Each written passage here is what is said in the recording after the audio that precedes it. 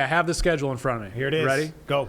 All right, regular season. Carolina will start week 1 at Jacksonville. Week 2, they go to Arizona. Sunday, they host the Falcons. Excuse me.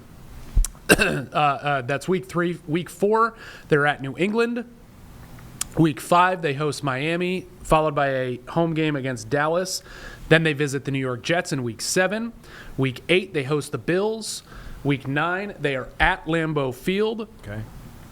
Excuse me. Week 10, another division game against the Saints, followed by another division game at Atlanta. And then they go to San Francisco. That is their only primetime game. So the Panthers only have one primetime game that is at San Francisco, Sunday, November 24th, week 12. After that game at San Francisco, they fly back home 6 days later to host the LA Rams. They get a late bye, week 14. That's December 7th. And then after that, they close the season with these 4 games. At New Orleans, home against the Bucs, home against the Seahawks, at Tampa Bay. Now, those could be flex. Everything after a certain portion of the season could be flex, especially those last 2 weeks. So a couple of things that jump off the bat. My eyes are watering. I have some allergies. So I'm not that broken up about the schedule. He's excited. A couple of things that jump out to me right off the bat. And let me make sure this compares to what I had earlier. So the Panthers will start the season on the road 3 of their first 4 games. So that's at Jacksonville, at Arizona, come home to play the Falcons, and then they go to the Patriots. Mm-hmm. But those first 4 opponents, Jags, Cardinals, Falcons, and Patriots, were combined 24 and 31 last year. So the Panthers' overall opponent winning percentage based on last year's results is .457. That 4-game stretch is easier. So that's a really, even though there's 3 of the 4 on the road, that's a great opportunity to carry some of the momentum Bryce Young and this franchise had into year 2 under Dave Canales and get some wins. I mean, Jacksonville, let's just take these game by game and the storylines that immediately pop out. You go to Jacksonville. First thing I think of, unfortunately, is 2 years ago, the Panthers got shut out 26-0. There was the infamous David Tepper cup toss. But things are in a much better place for the Panthers right now. Yeah. You know, they seem to be ahead of Jacksonville as a franchise, as hard as that is to believe. Jacksonville's on another new head coach, young guy named Liam Cohen, no head coaching experience. Much like Dave Canales, he got his head coaching job after being the Bucs offensive coordinator. Mm-hmm. They have Trevor Lawrence, who's kind of at a crossroads in his career. Right. Jag's going to have to figure some things out with him. Travis Hunter is their prized draft pick. They traded up to get him. So the Panthers are going to get their first look. I can't wait for the questions that week to Panthers defensive coordinator Ejiro Evero and, quite frankly, head coach Dave Canales and his offensive coordinator about how they're going to try to match up with Travis Hunter and what they're worried about him doing on both sides of the ball. So Carolina is going to have the first look at what Travis Hunter is going to be in the NFL and what the Jaguars are going to try to do with him. Week 2 at Arizona. Of course, the Cardinals came into Carolina last year, and the Panthers beat them. A thrilling game that Chuba Hubbard won with a walk-off touchdown in overtime. Week 3 against Atlanta. You got 2 young quarterbacks in the NFC South that went toe-to-toe to end last season.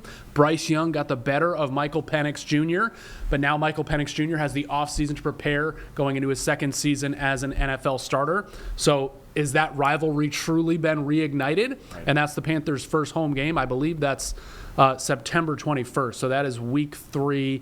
Yes, first home game at Bank of America Stadium, regular season, is that Falcons game on September 21st.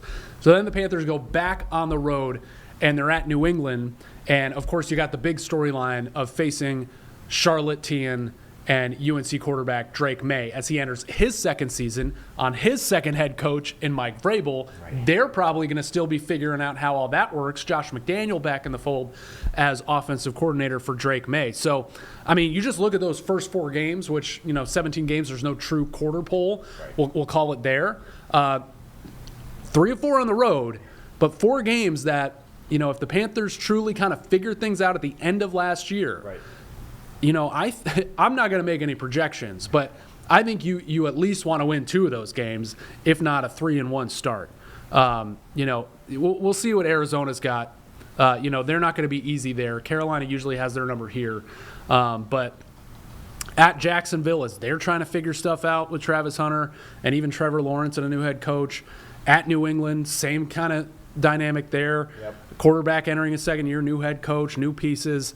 Against Atlanta at home, a game you absolutely want to win if you want to have a shot at competing for the division late this season because you're hosting Atlanta that early. So those are what I look at those first 4 weeks as being really important and interesting for the Panthers. And I think you can look at them as a Panthers fan and be really optimistic about those first 4 weeks. Okay.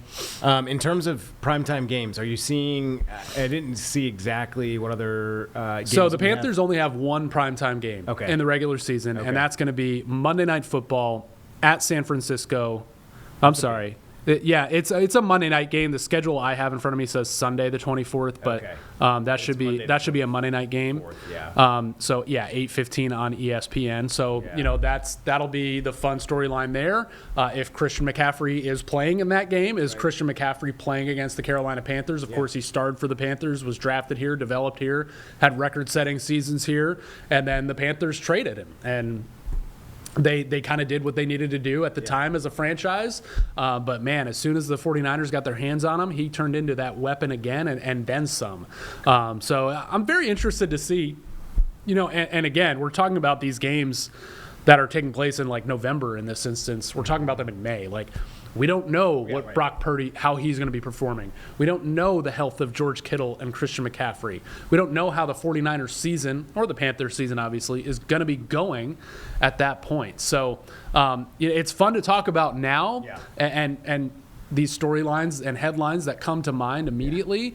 But, man, we have no idea. Like and I'm not saying this is going to happen in Carolina again, but by week 12, like, Frank Reich was fired as the Panthers head coach in his first season. So, like, you have no idea who's going to be on the field, who's going to be on the sideline, what the records are going to be then. Right. But, yeah, those are the things that come to mind right away. And the video they released is so fitting. It is so cool. I hope at some point we can, or I'm sure folks will see this. It looks like Leggett is – they changed the profile picture to be him during the Derby. Obviously, perfect. He went behind the scenes, the Derby, and I think that created – a lot of positive hoopla around the team, so that's cool. But it says, finally the wait is over. There's the schedule right there. The secret reveal of the 2025 Carolina Panthers schedule. We will get this video here in a second. But it looks like they're working themselves around town in certain aspects, people working in different areas, different industries, and they're trying to release this schedule. It looks really cool. But, man, what a night this is. Really cool to see. So we've got those 3-4 games that you've been looking at, and then so let's pick it up from there. So week 5 and week 6, they've got consecutive home games, which I believe is the first time they're going to have consecutive home games of the season, and Dolphins maybe at all. Is that the only back-to-back home weeks? They have one after December 14th. They got the Tampa Bay Buccaneers the 21st, and then the TBD game with right. Okay, so first time in week 5 and 6 that they're going to have back-to-back home games. So cool. You're playing Miami. I mean, you got Tua and Bryce, the two Alabama quarterbacks. That's a good storyline there. Yep. Dallas. One thing that they were here last year, and their running back Rico Dowdle ran roughshod over that shoddy Panthers run defense. Well, guess who Rico Dowdle plays for now? He plays for the Panthers. So we'll see if Dallas regrets that Sunday afternoon at Bank of America Stadium. So we have the Panthers video reveal. These are always fun, so I can't wait to see.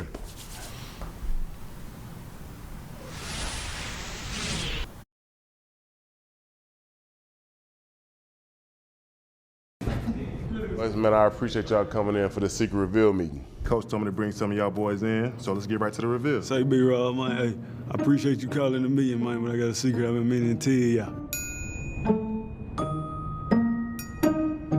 This ain't my real voice. This is how I really talk. When I was younger, I knew I wanted to be an American football player, so I thought having a southern accent would make people think I was tough. But the truth is, I love the finer things in life. I love fine wines and artisan cheeses. I curate works of art from around the world. And of course, appreciate a little light reading.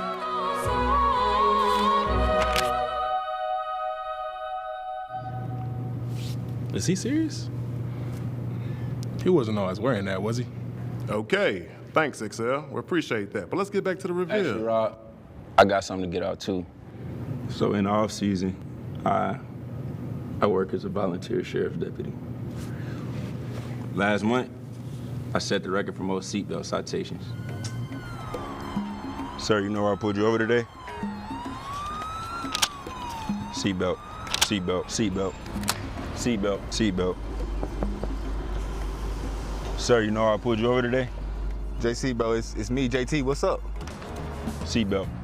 I ain't gonna lie, twin. I'm not taking this ticket. I ain't left the stadium yet. I'm still in the whip. What's up?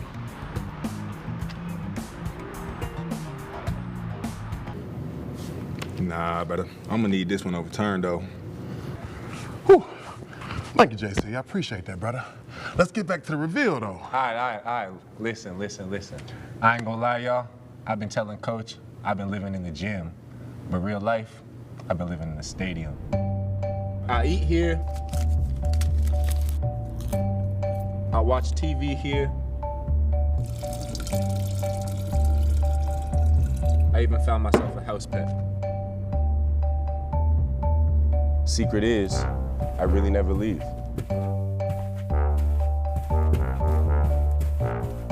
Bro, you been chirping at me at what time I get here, and you been here the whole damn time? Hey, that's enough, man. I appreciate all the secrets, though. But the secret's about the damn schedule. Hey, maybe we don't mention that I'd be living in the stadium, though. Let's keep that hush.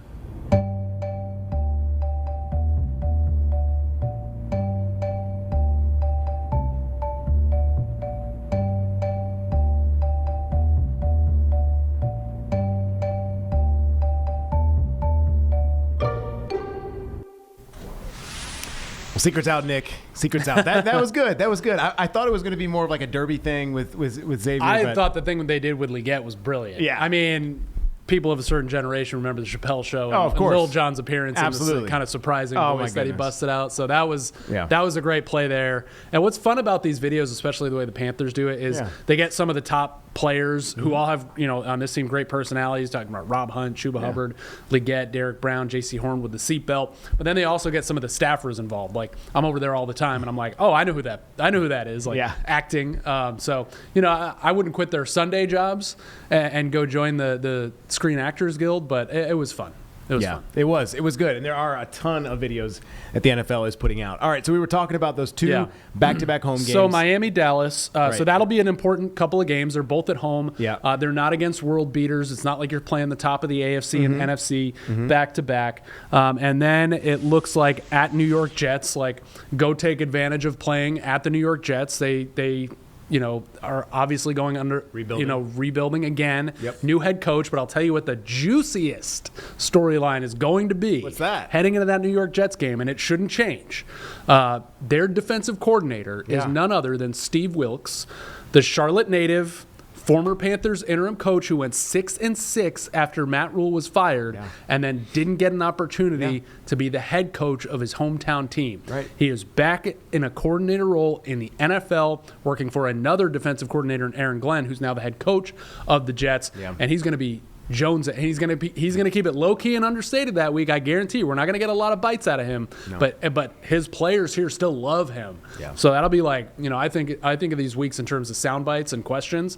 Those are going to be dominant that week, heading up to play the New York Jets, and then kind of a similar situation the next week, hosting the Buffalo Bills. Now, obviously, a much higher caliber of team, expected to be a contender for the AFC yet again. We'll see if they can get over that Chiefs hump.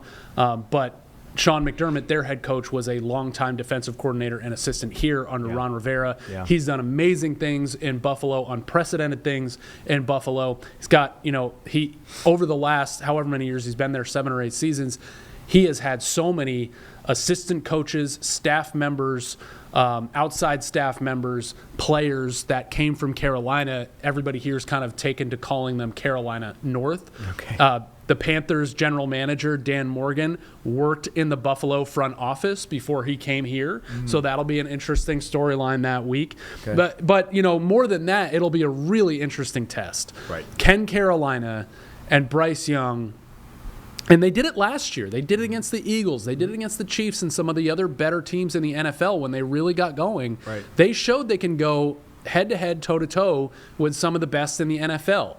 Now, next year in that Buffalo game, can they go toe-to-toe with them and then finish the job?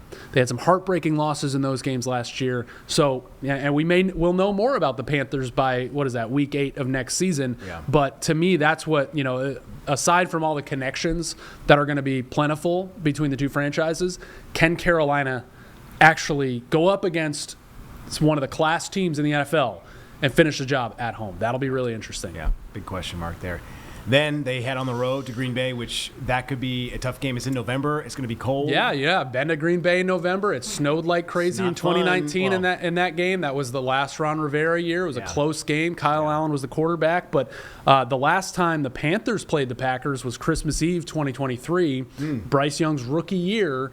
And he took a step back his second year. But that game was until the back half of this year, a lot of you statistically consider that game against the Packers his best game, over 300 yards, and he had the Panthers moving the football towards the end, ran out of time, literally couldn't get a playoff to try to get into field goal range, or I can't remember the exact final score, but it was a shootout game against Jordan Love and Green Bay. Yeah. Listen, advantage Packers as we sit here today, and Jordan Love and Coach LaFleur, but we'll see what the Panthers are bringing into that game in early November. So, another game on this schedule, and I think there's a lot of them, and obviously it's based on how they do the schedule, based on how you did last year, that are like, sitting here right now, I give the Panthers every bit of chance that you could on the road against Green Bay right now. And we've got two NFC South Division rivals back-to-back. We've got the Saints and the Falcons, one obviously at home with the Saints, but going on the road again with the Falcons. So that'll be interesting as well. Those two storylines will be NFC South, right? Yeah, so we'll start with the Saints because that's the first one of them, right? At home. New Orleans is not the New Orleans they've been the last 4 or 5. Carr's gone now. Yeah. Carr is retiring.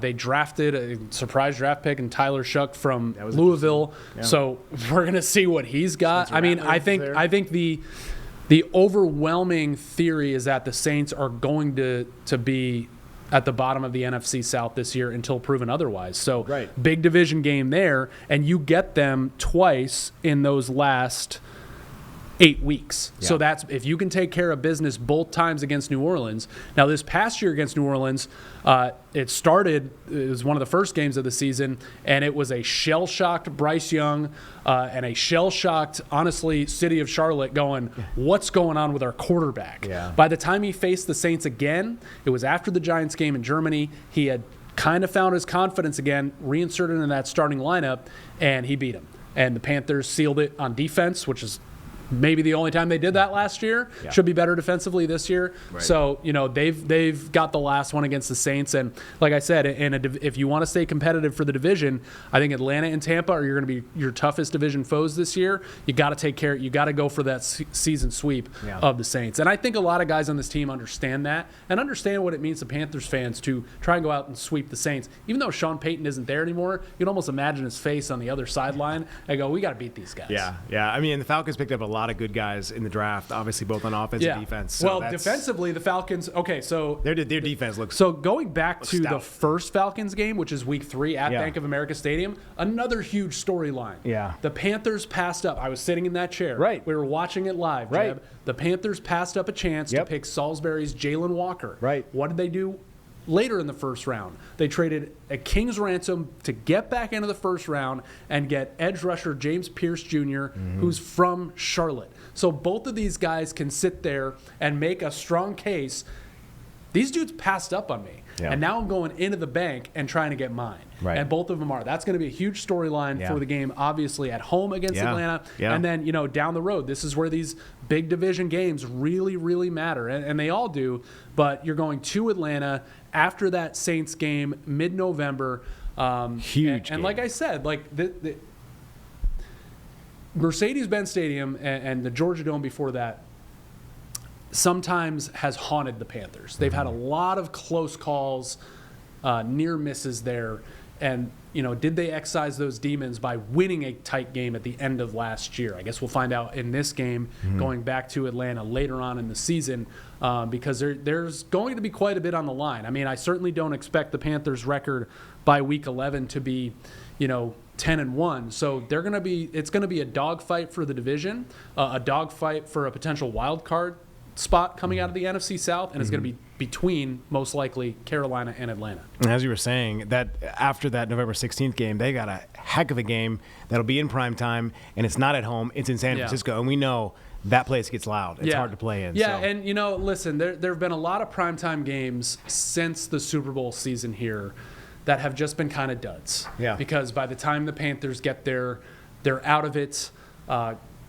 Premier players are injured. The coach is on the hot seat. So I certainly hope that's not the case this time, and I hope it's a really good Monday night game that everybody in the country wants to watch. Yeah. And hopefully that far into the season, Bryce Young is I wouldn't say in the mix for MVP, right? But he might get an MVP chant or two at home next year, if he's performing the way he did the last 8 games of this season. So that would be a really great stage for him to show the rest of the world what he's hopefully shown the Panthers universe through the first 11 weeks by that Monday Night Football game. So then we've got LA Rams. That'll be at home. They have a nice bye week before, again, another NFC South opponent. So let's take us through those 3 weeks there. Yeah, so the Rams, they're always going to be well coached by Sean McVay. Still got Matthew Stafford, Puka Nacua. They've got guys. Good running back. And they've got guys right now, Colin, that right here, right now, we've never even heard of, and they're going to be Pro Bowlers next year. Yeah. That's how they roll. That's how they always do it. They got Devontae Adams again, right, too? They got Tay. Yeah, so, and then Bobby Brown III is the Panthers' new nose tackle who came from the Rams, won a Super Bowl there. So he'll be interesting to talk to that week. Ejiro Evero was on staff in LA. He's now the Panthers' defensive coordinator. So they're going to have a lot of familiarity with him. Yeah. And you never know. I mean, the Rams, had a bad start last year, and we'll see what happens. And they turned it around. So we'll see what happens with them this season. The bye week 14, that's late, but here, Dave Canales, Panthers head coach, he's going to talk to the media tomorrow at noon about the schedule. And he's going to be asked, what do you think about where the bye week falls? Every single coach will tell you it falls in a good, whether it's week 5 or week 14. Oh, this is going to be a good week for us. Week. They flip it, and especially Canales, because he's so optimistic by nature. He's going to make it so that'll be a great time for us to nurse some of those injuries and nurse some guys back to health before the closing 4 games of the season. So I know he's going to look at it that way, but you look at it the other way.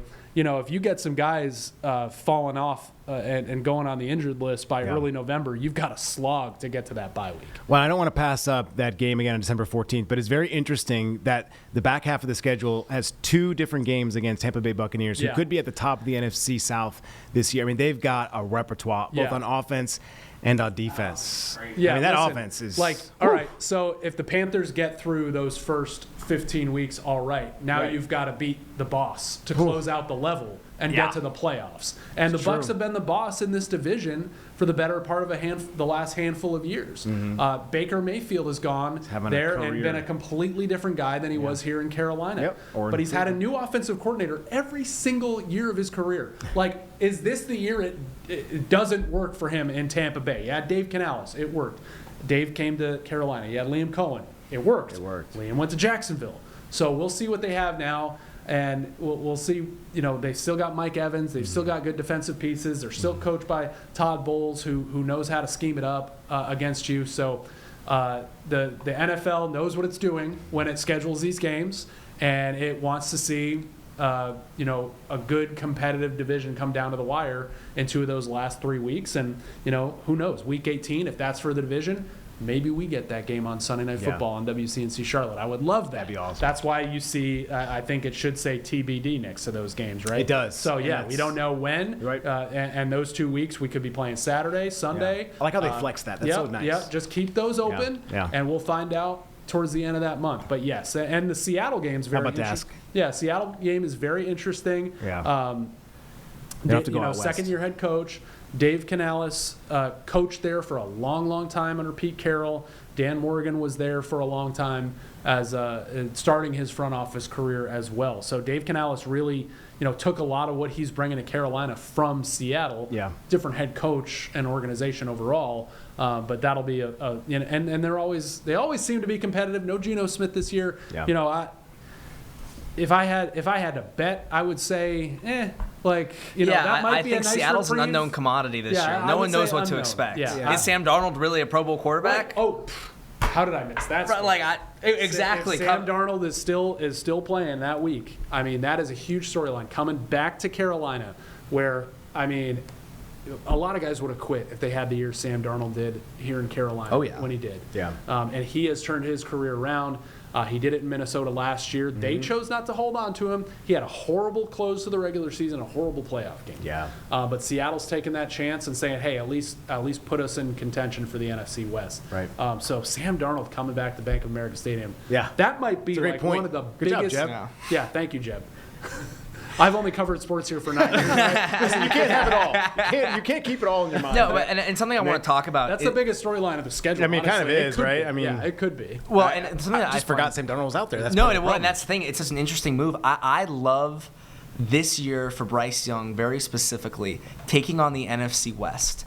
I think, and some people, and I've had a lot of sports hot takes on this show recently. Yeah, we know. LeBron. But I genuinely believe this is the time to take on the NFC West. Okay. I think Seattle has a great defense, but I'm not convinced by the Niners right now. I think that secondary has a lot to be desired. You know, that hurts you to say that. I know. It kills me to say that. They lost Travis Ward. I think Arizona too. So I think that this could be a really neat opportunity for him. And we'll see about the Rams. I mean, they have a great line, but let's see about them. So I think this could be a really interesting opportunity for Bryce Young. Yeah. You got 4 games against a division that might not be as good as it has been in years past. I'd like to see him, T-Mac, Xavier Legette. I'd like to see him tear those teams up and really listen, get some shootouts. As improved as the Panthers' defense is, you don't walk in thinking it's going to be a top defense in the NFL. We'll see.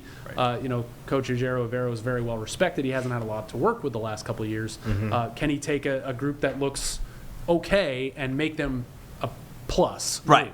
But offense is where the strength of this team should lie this year, with the offensive line being revamped last year, Xavier Legette being drafted last year. Yeah. They double up with another first-round receiver in Tetairoa McMillan this year. They bring in Rico Dowdle. 2,000-yard rushers. Like, that's crazy. Both in the backfield. They draft another running back in Trevor Etienne, which, by the way, another mini storyline. Trevor Etienne against Travis Etienne week 1. Assuming he stays there. I've seen some rumors that he might go to the Bears. We'll see. Which I don't understand totally. Look at the NFL insider over here. There could be a lot of, listen, there have been some dark times at Bank of America Stadium in the last few years. And a lot of times, until the back half of last year, it was like, this team can't even score and make it entertaining, like most weeks. Yeah. But they ought to be able to this year, and they're going to rely on their offense to win them games rather than their defense. And look no further than Week 18 last year against Atlanta in that shootout at Mercedes-Benz Stadium. They won it with offense. Yeah. All right, man. Anything else that we're missing? Any storylines? Oh, geez, let me see. I know we didn't get in the preseason. I don't know if we went. Well, we did not. Do we want to? I have that. We can do that on WCNC plus, right? So, okay, 3 preseason games. Thank God, not 4 anymore. Yeah. Take it to 2, Roger. That's fine. Yeah, right. Cleveland to open it Friday, August 8th, at Houston the 16th. And the Panthers always seem to host the Steelers in that final preseason game. They Interesting. Some of it's about relationships. Okay. And like, hey, we like to work with. Yeah. And I believe the Cleveland game, there will be joint practices preceding it. With that the makes Browns, sense. I believe. And that's something you're seeing more and more in the NFL now, and I love those. What a joint waste I do of too, time. man. You get more out of those joint competitiveness. practices than you do out of the games that follow them most of the So time. does that mean Shador Sanders will be in Ooh, Carolinas? That's a great Absolutely. point. And That'll be- honestly, like, there was a report out of Cleveland that I'm not surprised by this week when a reporter was asked point blank, Dylan Gabriel or Shedeur Sanders, who looked better, and he was like, it's not even close. It's Shedeur Sanders throwing the football. Right. Now it's against air. Right. But and there's no pads on. You got to like that's where it starts. He's going to have every like, chance to start. Yeah. I think. And he should. Joe Flacco will probably start the season off, and then I think Shedeur Sanders will have, and Dylan Gabriel will have a chance. Yeah. So that'll be an interesting one. That will be. That's a great. And the other interesting storyline this year. Dave Canales, a rookie head coach last year, came in and with a quarterback in Bryce Young that really hadn't done much his rookie year, decided not to play him a whole lot in the preseason. And it was a huge hot button issue in Charlotte. And he got out there a few times in Buffalo, looked good, looked crisp, done, okay, he's good. And then he goes out there and tanks the first 2 weeks of the season. So it'll be very interesting, despite the close Bryce Young had to his season this year. That's going to be one of the first questions at training camp, if not before, is Bryce going to play in the preseason? Okay. And I think maybe he will, they're going to have the joint practices. We're going to see a lot out of that. But is he going to play in that second preseason game at Houston, that third one at home against Pittsburgh? But I think he'll probably end up playing more this preseason. Man, a lot of stuff to keep track of. 3 months away till football. That's why I'm going to say that first preseason game. Let's start now. You know what? I'm not a huge fan of preseason, but if it means football's coming back, I can start getting ready. I'm Nick, getting withdrawals. I know you've been following the PGA Championship. You'll be there for the first rounds tomorrow. So appreciate you coming in, WCNC Plus, man. I know you still got a ton of other things to do.